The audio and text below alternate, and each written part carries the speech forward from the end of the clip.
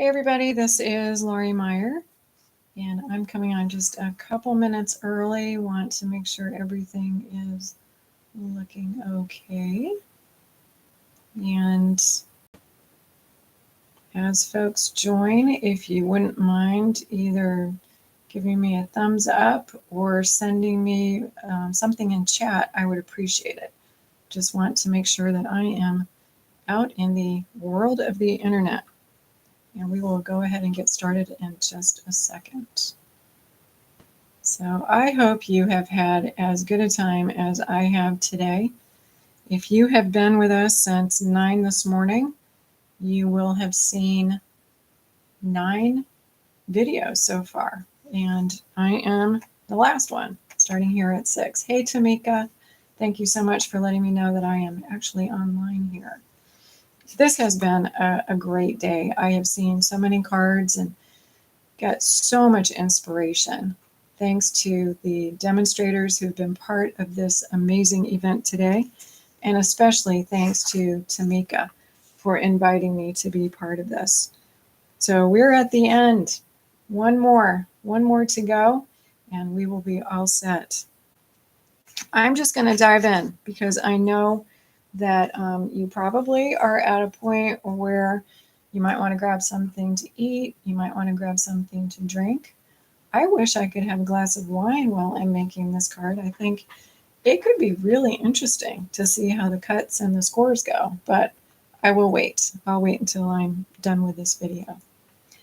The fun fold that I am sharing today is one that design-wise, I'm sure you have seen. This is a sidestep card. It is one that is made out of half a sheet of regular A2 cardstock. And honestly, it is not difficult to make. And I wanted to show you this kind of card. You may have made it before, but I want to make sure that you are comfortable in making this kind of card because it's really not hard. There are only a few little tips and tricks that you need to be able to do in order to make a sidestep card. And the other thing that makes this card a little different is rather than stamping on cardstock, I'm going to be stamping at least part of this on designer series paper. And also doing a really fun little technique to color the turtle. He makes me smile. And it's a fun little card. And then there's a nice surprise on the inside with some pretty little flowers and a great space to write your message. And obviously it stands. I know this is seen from the top down, but if you have it like this, then you're going to see how it stands. It's a really great one that folks can put on a mantle or on a dresser or on a desk. And I just want to pop an idea in your mind. This would be a really cool way to make a calendar. So if you're thinking about doing calendars for 2024, you could fit a calendar on one side and just have a really nice greeting that the person could look at for the whole year. So just a couple of ideas. I'm just going to get started on this though. The color for the base is a new color that Stampin' Up! Has in the new annual catalog. It is Lemon Lolly, and it is just pretty. It's really delicate. It's just a really, really pretty color. And let me say hello to Tamika, Sandy, and to Alicia. Thank you, folks, for joining. And I hope you enjoy this tutorial.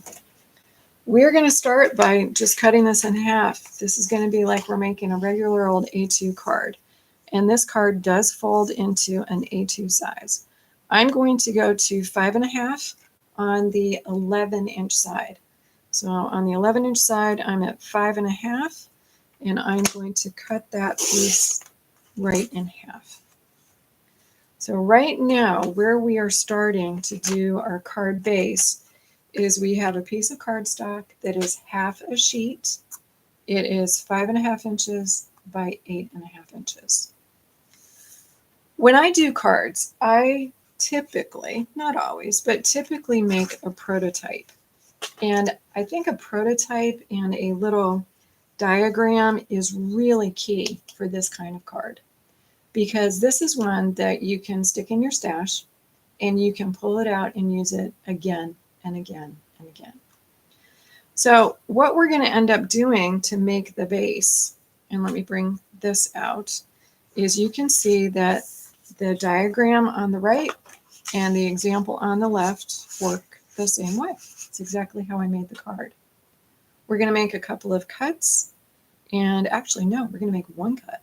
We're going to make one cut, and we're going to do 4 score lines, and that is going to be how to get this sidestep card all set up.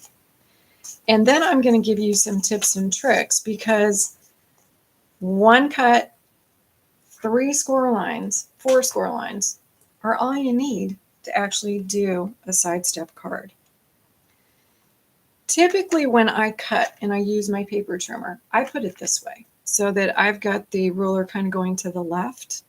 When you do a sidestep card, my strong suggestion is to turn it around so that you can see. Let me get some stuff out of the way. Turn it not around, but pull it to the bottom so that you can see the ruler at the bottom. This is going to actually help us make the cut where we need to. So what we're going to need to do is we're going to need to make our cut, and we're going to be coming 3 inches from the left, and we're going to be coming up 3/4 of an inch from the bottom. And I'm going to explain why we're doing this at the particular points in just a second. But you're going to trust me on this one. So I'm going to come in 3 inches on the 5.5 inch side, and beginning at the 3/4 inch going vertically, I'm going to cut up to 5 inches. I'm going to do this, and then I'm going to tell you why I did it, and then you're going to understand how you can make this into whatever kind of size sidestep you want. So at the bottom, I've put the bottom at 3 inches. Okay, so bottom at 3 inches. And then what's really cool is on your paper trimmer, you're going to see, and you know what? I am actually going to flip this around. Bear with me for a minute, because I'm going to try and make this even a little bit easier. So bear with me for just one moment. We're going to do it this way, because I want to be able to see the 3/4 of an inch from on the ruler. If I did it on the other end, I would be looking at 12 inches. So this is going to make more sense in a sec. All right, so 3 inches. I've got it at 3 inches right here. And then with your paper trimmer, you have 2 blades. You've got a cutting blade, which is a darker gray, and then you have a lighter gray, which is the scoring blade. I don't need the scoring blade right now. I need the cutting blade. And another thing, I'm just going to take this blade out. It's kind of easy for me to show this if I can just take the blade out. So if we look at this together, there is a line right here, right on the side, that is super cool because it tells you exactly where that point is going in. It's a great way to get a precise location of where you're going to start cutting. So what we're going to do is we're going to open up the cage. I'm putting that back at 3 inches. And since I want to go to the 3/4 inch line, the 3/4 inch line is right here. It's 1/4 of an inch down from the 1 inch. And all I'm going to do is I'm holding up that track. I am putting the 3/4 inch, the blade right at that 3/4 inch. So I have the line on the side of my blade right at 3/4. It would help if I keep my paper at that 3 inches. Somebody asked if the turtle is still available. It is. It's in a set called Playing in the Rain. It was bundled with some dies. The dies are still available. It's just not available in a bundle. So I am going to put that at 3/4. I'm going to pop that track down. And then I'm going to move my blade up to 5 inches. And I am just going to watch where that line is. And I'm going to pull it up, and I'm going to stop at 5 inches. Okay?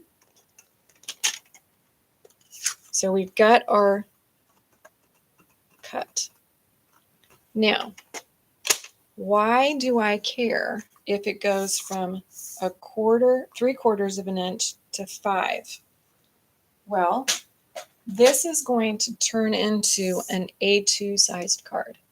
And we all know that A2 size are 4 1/4 by 5 1/2. That cut is going vertically. The vertical part of that card is 4 1/4. So the 4 1/4 is the length of my cut. All right. I started it at 3/4. If I add 4 1/4 to 3/4, I get up to 5 inches. So that's one of the tricks. One of the tricks is just figure out how tall your card is. And you can start this cut at any point and just go as tall as your card is. And that's going to give you the exact right place for your cut. The next thing is the score lines. And this is not mystical, magical, anything. So let's kind of look at where we are. This is the 3-inch side. This is the 2 1/2 inch side. And what I want to do is I'm going to orient my paper like I have my diagram. So I've got my 3 inches on the left. Here's my 3 inches on the left and my 2 1/2 inches on the right. So we need to make a couple of scores. And the first one that I'm going to do is right down here at the bottom. And notice what it does. It goes from where that cut starts all the way over to the edge. Well, that's going to be at 3/4 of an inch from the edge to where that cut is, which means it's going to be from 3/4 of an inch up to where that cut is. So what I'm going to do is just flip that over, and I've got my 3/4 of an inch, and you can see that that is down 2 1/2 inches. So I'm going to get my little stylus and start at 3/4 of an inch and go down to where I started my cut. Okay, so that's my first score line. That's this one. Now, trick number 2, and this is the only other trick because everything else is super easy. The second score line on this side is always going to be 2 times whatever the first measurement was. The reason is that you're going to fold this over. You're going to actually fold it so it's like a valley fold. You need the same measurement. Well, 3/4 times 2 is 1 1/2.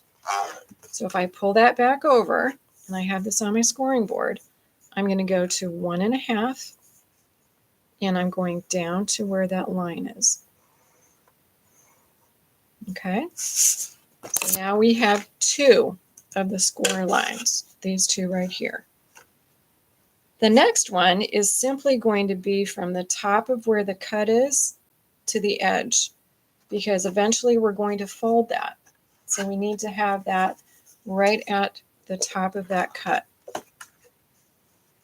And that's going to be at 5, because remember we did our cut from 3/4 of an inch up to 5. So if I go to 5 and I go down to my cut, that's my third. And then the last one is going to be the score line on the left. Well, we want this card to fold in half. And standard A2 card is 4 1/4. So the last one that I want to do, and let's just look at the orientation, is I want to put a score line from the cut over to the edge at 4 1/4. So I'm going to put this at 4 1/4. I'm going to take my stylus and I'm going to come in and I'm going to go right to that cut line. And there we have it. That is the base. That is looking exactly like my template. And that's what you would use, and that's exactly how you would cut. Okay? So, why did I do that? And what did I want to share as the tips? I could make the side, this 3 inches, I can make that whatever width I want. I can make it 4. I can make it 2. I could do whatever I want. And the only change would be where that line is, how far over that line is. Everything else is going to stay the same. All right, so now we have our card base. Let's go ahead and do our burnishing. So I'm going to grab a bone folder, and I'll do this a little bit with my hand first. We know that we're going to fold this in half. We know that at the bottom, we're going to be folding that back. So we're going to fold everything and then give it a nice burnish. And I put my bone folder away, which is brilliant. Just trying to see where I put it. I'm going to grab another one. And don't be offended, because the one that I can put my hands on quickly is not a Stampin' Up! Bone folder, but it is going to have to do right now. And I'm just coming in and giving this a really nice burnish. And you can see that this is standing up and it is a step card. Okay? So that's the beginning. And please do not be intimidated by this. I have a tutorial that I will add to the instructions. I have not yet put it in there, but it has all the measurements, and you will be able to look at this and practice it. Just remember 2 things. The first score line here, the second score line is always going to be double. Wherever you start with your first score line, you're going to go up 4 1/4 inches when you cut. It's that simple. It really, really is. And I really hope if you haven't tried this kind of card that you will. So I've done some prep for this card. I am not going to take an awful lot of time and do a lot of coloring or stamping. I know that you are very capable of doing that, but I did want to give you just a couple of tricks and tips in putting this together. So we're going to start with the designer series paper. And I have a confession. I always feel like when I am doing videos or meeting with my stamping group, I feel like I confess a lot. And I'm going to confess to you. The first time that I saw the masterfully made designer series paper in the annual catalog, I didn't pay any attention to it. That's tragic, because this paper is incredible. There is a video that I can link in the comments that will go to a place where the lady who designed this paper talks about how she did it. Look at this. It's torn pieces of paper that she put together and photographed. And some of the torn pieces are actually from the collection. It's just gorgeous. It is absolutely gorgeous. So when I was planning this card, I wanted to use some really bright colors. Since we're dealing with a turtle, I mean, come on, we've got to use bright colors. And this is one of the designs that is in the collection. So I decided that I would do some measuring as far as how big the pieces needed to be for each of the places on the card. And let's look at that for a minute, because we've got this area over here where we're going to do some designing. And then where I've got the hello friend, it actually tucks in the back. It goes down to where the fold is. And then on the front, we've got this little piece. I just wanted it to look kind of finished. So I wanted to put 3 pieces of the designer series paper on the front. I told you I was not going to bore you to tears. So I have already cut out, I'm going to show you the dimensions, but I've already cut out the pieces, and I did go ahead and stamp the hello friend. I'll show you where that came from in just a second. But let's talk about how big these pieces are. And I'm going to start with the one that will be under the turtle. And all I did was I measured this. We know that it came over 3 inches, right? That's where I started the whole thing. I wanted the designer series paper to be 1/4 of an inch less. So this designer series paper, if we look at the measurements, I'm just going to get these kind of out of the way so I don't confuse myself and you. The designer series paper is 2 3/4 by 4. And that's going to give a really nice border all the way around. For those who know me well, you know that I really like to put black frames behind a lot of the pieces that I do. And look at this side. It is a shame that I have to cover that up.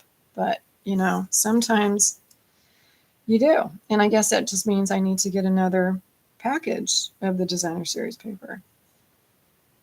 And I'm not going to embarrass you, or me rather, and tell you how many of these collections I already have, because I've used it a lot. And I know I'm going to continue. This is the lemon lime twist color. And look at this. I mean, look at this. It's gorgeous. It has torn paper, different patterns in the torn paper. And it's a digital photograph that was turned into the designer series paper. It's crazy. The black piece that's behind is just 1/8 of an inch bigger on either side. So it's 2 7/8 by 4 1/8. And I'll make sure that in the tutorial, all that information is shown. So that's the panel that eventually is going to go over here. Now let's get the other one together. And that is the panel that is going to go behind that little step. And obviously it is the same designer series paper. Now, you know what? You might want to use different designer series paper.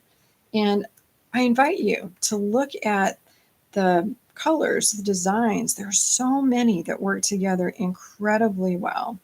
And obviously it can depend on the occasion, the person that you're sending it to. You know, if he or she likes particular colors, then maybe you want to use something that would be more appropriate. The black piece, just like on the other, is 1/8 of an inch wider and 1/8 of an inch taller than the designer series paper. It measures 2 3/8 by 3 3/8. Now I said that I would mention the stamp set that I used. I used the Biggest Wish. This is an absolute must-have, in my opinion, for anyone's stash. I've used this a lot, and it is so versatile. There are so many wonderful things that you can do with these stamps. When I stamped this sentiment, and I was going to bring in another piece, I used Memento Black. I put the 2 stamps on at the same time. A little hard to see, but they are both on there. I inked them up in Memento Black, and I simply put them on the designer series paper. For me, when I do stamping like this, where it's kind of freehand, I like sentiments that are not straight. They're so forgiving. It doesn't matter if that's straight. I don't even know what straight really is, because, for example, the R here is lower than the I. So these are really forgiving when you're using them. Super, super cool to use. All right, so we've got that piece. And then the last piece, which is going to go underneath the twined bow is a small piece. And this one measures 2¼ by 1/2 inch. And when I picked the small piece that I was going to use for this, I really wanted to make sure that in the design that will be seen that there was a little bit of that torn part of the designer series paper. And this is one where you might want to sing your favorite song or think happy thoughts, because small pieces like this can be a little stubborn when you try to center them on a black frame. And like I said in the other video earlier today, perfection is way overrated. Get it good enough. 90% is fine. The black piece behind it is 5/8 inch wide, 2 3/8 inch long.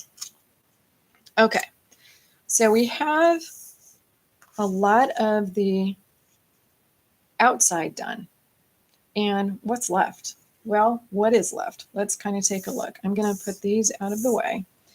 So we have the turtle to do. We've got a little border behind him. We have the inside to do, and we've got a stamp going on. And on both the turtle and the inside, there's a little bit of coloring that we need to do. I've already colored the turtle, but I'm going to do some coloring on a blank turtle in just a minute. But I'm going to start with the coloring on the inside. And I'm going to bring in the pieces that I'm going to use for that. So one of the other things, if you do put a sentiment or something on the inside of a stepped card, make sure, I know this is obvious, but make sure that you measure how much room you have, especially in the height. The width is a given because in this case, it's 5½. It's going to be 5½. But I had to measure to see how much room I had vertically. And since I wanted the pieces to be 1/4 inch less, the white piece is 5¼ 1/4 inch less than my 5½. And I can get just about 3½ inches from the bottom. So I made that 3¼ and this is the piece that I have. And then my frame is, again, 1/8 of an inch larger.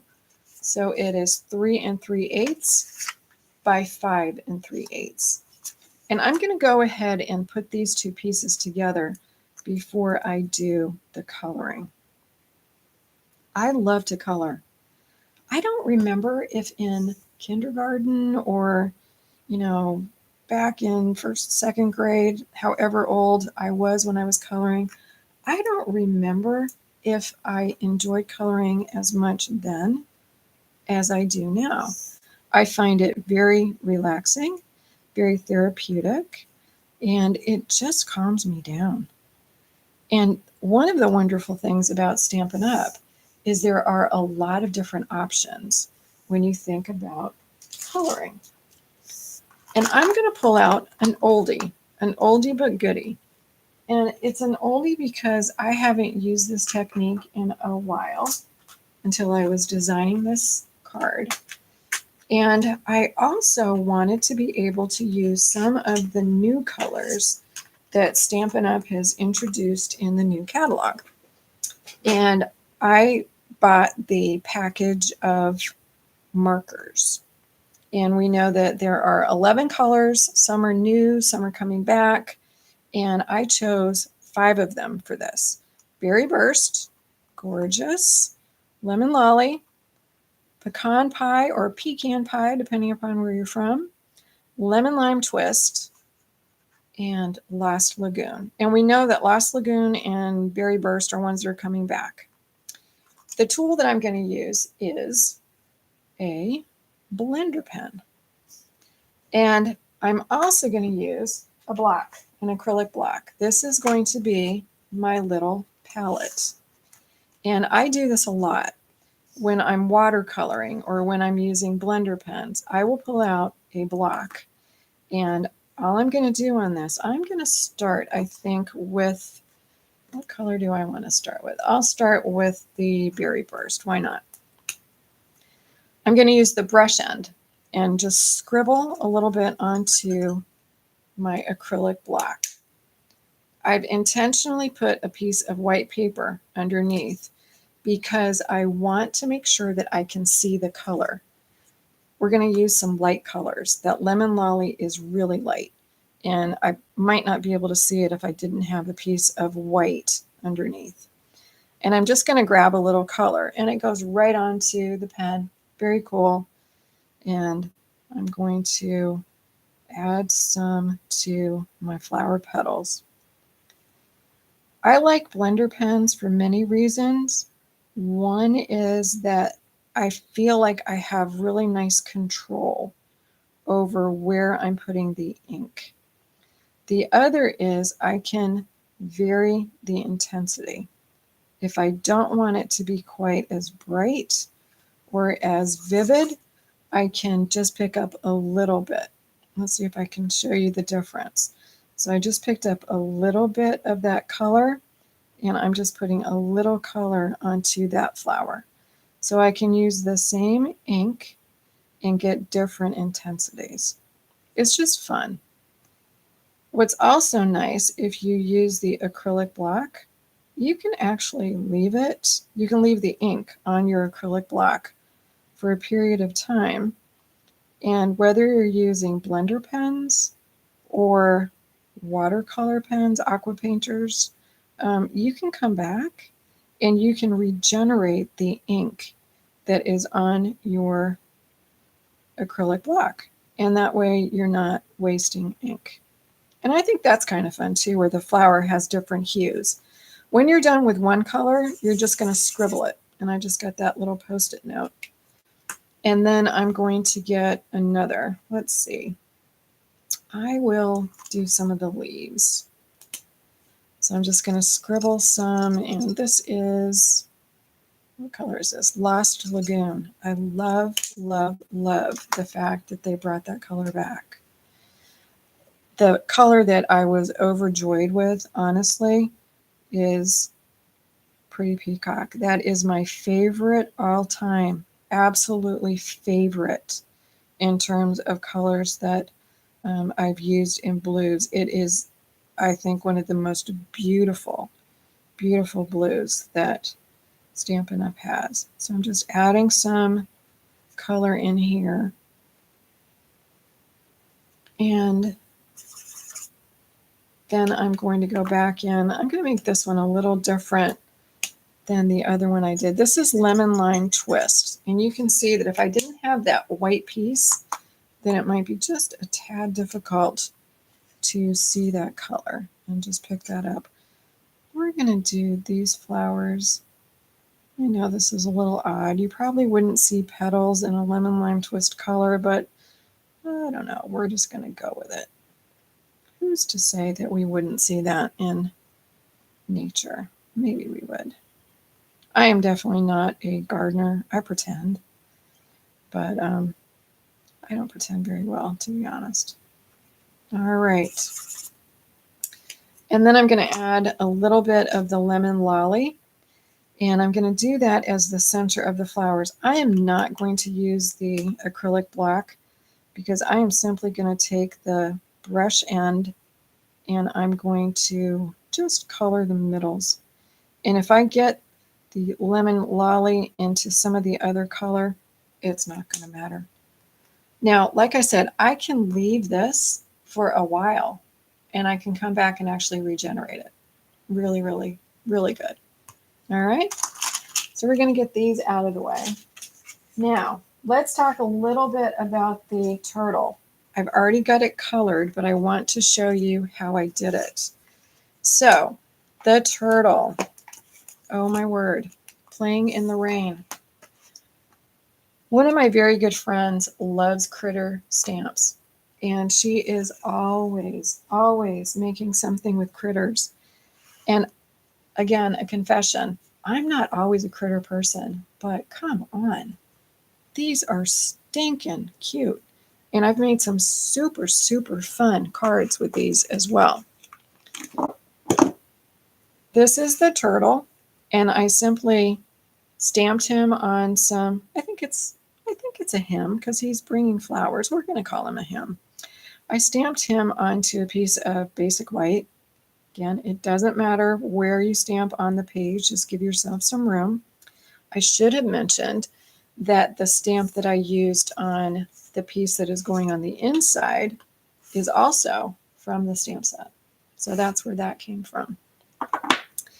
Now, what I want to do is I want to give him a little bit of character before we even think about coloring him. So we're going to give him a shape to sit on. And that shape is going to come from a wonderful die set. And I used this on the other project that I made earlier today. This is called Something Fancy, and it is a wonderful die set. And I used the larger of these pieces. You can see there are two, so they nest together. So I used the larger of the two and die cut him out. And I just tried to get him kind of in the upper part and left that scallop in the bottom. So when I did that, this is what I ended up with, the magic of television. So there is my die cut turtle. But you can see there's a big difference between these two. And the difference is the coloring. I did the exact same thing where I used the acrylic block, a series of colors, my blending pen. I picked up those colors and I colored my turtle. And I love the way this came out. It's a little organic, and there's some shading that I tried to get when I put the colors on. And you might also see on his little eyeball, I put just a little bit of color. So it looks like he does have a blue eye. So exactly the same technique that I used to do the inside piece is what I did for him. So I am not going to go through that because we already did. And I know you know how that was done. Okay, so we have our colored turtle. Now we need the piece that is going to go behind him. And you probably know this trick. What I did is I used the exact same die that I used to cut him out, and I cut out a piece of black cardstock. And what's super cool about this is I can just cut, and it doesn't really matter where I'm cutting. I'm going to cut that piece in two, and I'm going to use that, and just curling him up a little bit. I'm going to use that as a frame. So you can see, let me bring in a piece of white so you can see that a little bit better. I'm going to put that black piece at the bottom and just have it have a little shadow. And the way I like to do this is I like to dry set it first, meaning I'm not going to commit to actually gluing it just yet. I want to make sure that both pieces look good together. And I'm trying to make sure that there's no black showing on either side. I'm going to flip that over and just tape it. And that still gives me the freedom to move it around if I want to. I'll glue it in a minute, and I'll show you how I'm going to glue it. And then I'm going to take the other half and try to get it sort of about the same distance. We'll pretend. And I'm going to go ahead and tape that as well. All right. So I'm grabbing some white paper because I want you to be able to see what I'm doing. So this is the back. These are both taped. Now I can glue it. And what's nice is if I didn't like how far apart those pieces were, I would be able to go back, move my tape, and get it where I want it to be. And I'm using some green glue, or Tombow, just getting that set. doing the same thing up here. So tape is definitely a great tool to have when you're crafting. All right, so we are just about there. Let's go ahead and put this together. There is a good order to do this. I'm going to grab our base again, and I'm going to start in the middle. I find that it's just easier since I'm going to have a lot going on the outside. I want to get that middle set, and I don't want anything interfering with me just yet. So I'm going to grab my glue, which just disappeared. Here it is. Do you guys have that? I mean, it's crazy. I can be going through a video or making something on my own, and I swear there's a poltergeist in here. I will use, I don't care what it is, and 3 seconds later, it's gone. It is gone. And it can take days to come back. So it can be maddening, but that's okay. So that middle piece, I'm just centering as best as I can, not thinking bad thoughts, just trying to get it about in the middle, trying to make sure that the border on all 4 sides is about the same. So our middle is done. Now, let's talk about the order that I suggest that you put the pieces on. And let's look at the right side, this piece. The Hello Friend and this little piece down here at the bottom, you're going to notice, theoretically, they're lined up. And I did that intentionally. It's really meant to visually look like it is lined up. So my suggestion is the first piece that you put on the front is this one. And we're going to kind of pull this over because I want a really good view of where I'm going to be putting that. I want to get that in the middle. So again, I'm grabbing my glue. I should have stock in this company because I use so much of this glue, but I love it. All right, so we are going to put our Hello Friend, and we're going to see that because we looked at the measurements, that's going to fit really, really nicely. And I've got the freedom to move that around a little, just trying to get that nice and centered. Okay, so now when we look at that from the front, we've got that panel. The next one that I suggest you put on is the small piece. And what we're going to do is we're going to put this on and pay really particular attention to trying to line up the edges of the black on both sides. It's just going to make it look like it was intentionally put there. And it will, I think, make it look a little bit more finished. Okay. Some more green glue. And then pick a side. Pick one side and line it up. And then pick the other side. And then sort of do vertical, top and bottom, trying to get that in the middle. And that looks nice. It looks like those are intentionally lined up. All right. We've got this dude to go. But notice we have a piece of twine that's going underneath that front piece. So we don't want to put this piece on yet. We want to do our twine first. And you saw in the first video that I did today that I used some twine. This is the linen twine. I love it. I use it a lot. It, to me, adds just enough. I do add some more bling, and you'll see that. I'm using my fingernail, what I have on my thumb, and I'm just pulling it between my fingernail so that it's going to straighten out a little bit. And what I'm going to do is I'm going to start the twine here. The reason I'm going to start it there is I'm going to be able to cover it up. No one will see it.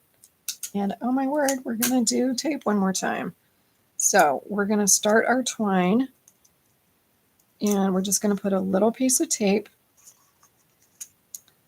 and I'm going to open this up because I want it to go around the front. So I'm going to go around the front, And then I'm going to bring it over and I am going to tape it one more time. So I'm taping the front or the start and the end, and these will be hidden. And we're going to put some glue over it. So you don't need to worry that that is going to move. It won't. All right. Get my paper snips and snip that off. And I do have the ability to move this a little bit up and down. So now I can add this panel, and you'll see that it looks like that twine is going underneath. You can see it kind of peeking out on the left, which is exactly what I want.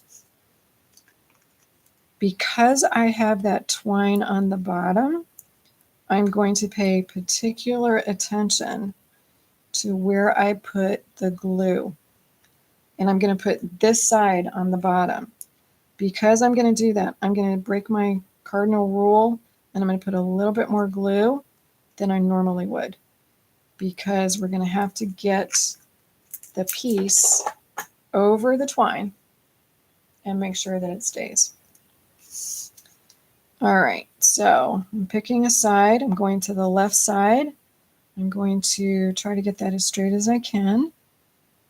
And the bottom is where I have more glue.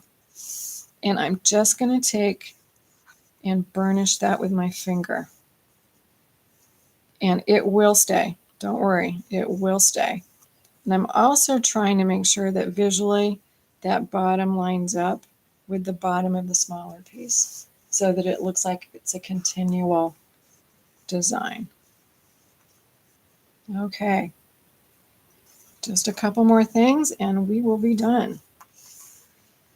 Now, I thought about adding the turtle directly onto the card, but he's just too cute. He needs a little dimension. So we're going to use some dimensionals. And like I said before, I love these. They are absolutely brilliant.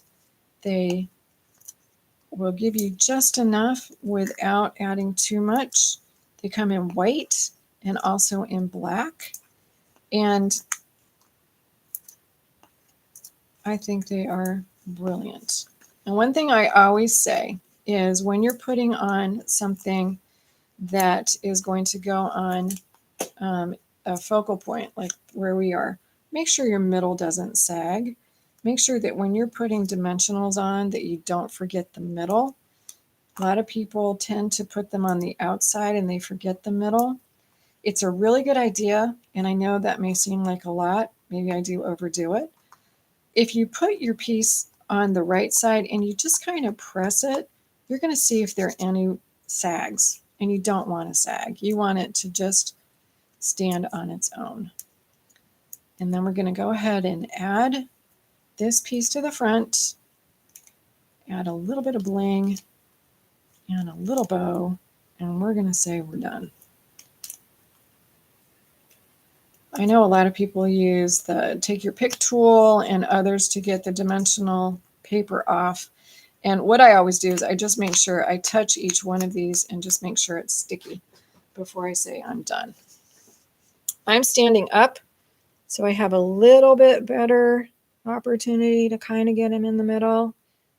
And I'm looking at that top. I'm trying to get the two black lines, the one right above the turtle and the one way at the top. I'm trying to get those parallel. And I'm just going to put him down. Oh, he's so stinking cute. All right. Ribbon or linen thread. I'm not really great at freehand tying bows, but this one isn't too hard. I'm just going to start the bow by tucking it up underneath what we tied around the bottom. And I'm going to put a knot in here so that it's not going to move. Another trick that you can also use is if you get a glue dot and you kind of take that glue dot and sort of roll it between your fingers it will be a great way to make sure your linen thread doesn't move. You can put it down underneath where you are tying it, and it's almost like a third pair of hands. And I'm just going to trim that off so we have a cute little bow. And then the last piece of this card is super fun. There are some new jewels. These are the Tinsel Gem 4-pack. There's a 4-pack and there is I believe it's a 3-pack. And these are so awesome. They've got these teeny pieces of tinsel on the inside. So they have this really, really fun little element of sparkle. And the colors are great with lemon lime because you've got lemon lime right here. So I am mimicking what I did on the other card. And I'm just going to pick up a couple of these. I'm going to use an odd number. I'm going to put him right up here.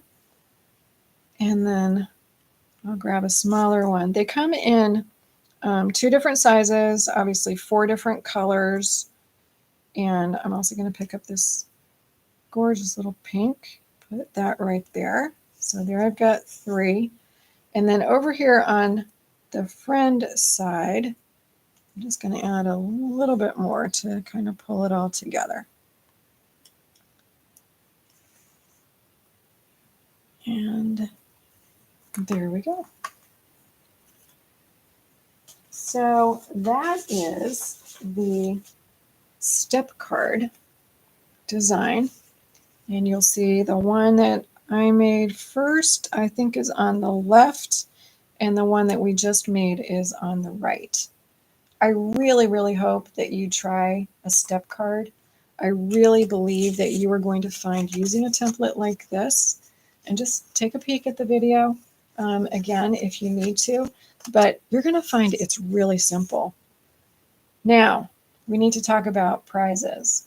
And the prize that I am going to give, I want to show you a couple more cards that I've made from an element of the prize. These are made from the Masterfully Made Designer Series paper. So the prize that I'm going to be giving is a collection of the Masterfully Made Designer Series paper. One of the cards that we made, so the one that we made today in the video, and also a hard copy of the tutorial that will give you all the directions for this. Before I say goodnight to everyone, I want to again thank everybody who participated as either a presenter or as a person who was watching, commenting. It has been a really fabulous day. And Tamika, I want to especially thank you for all the work that you put into making this such a success. And I am really looking forward to being on some more hops with this team. So let me say good evening, good night, depending upon where you are. If you make a sidestep card, I would love to see it. And you can find me at Stamped Greetings on many different social media platforms. Have a great one. Inky hugs.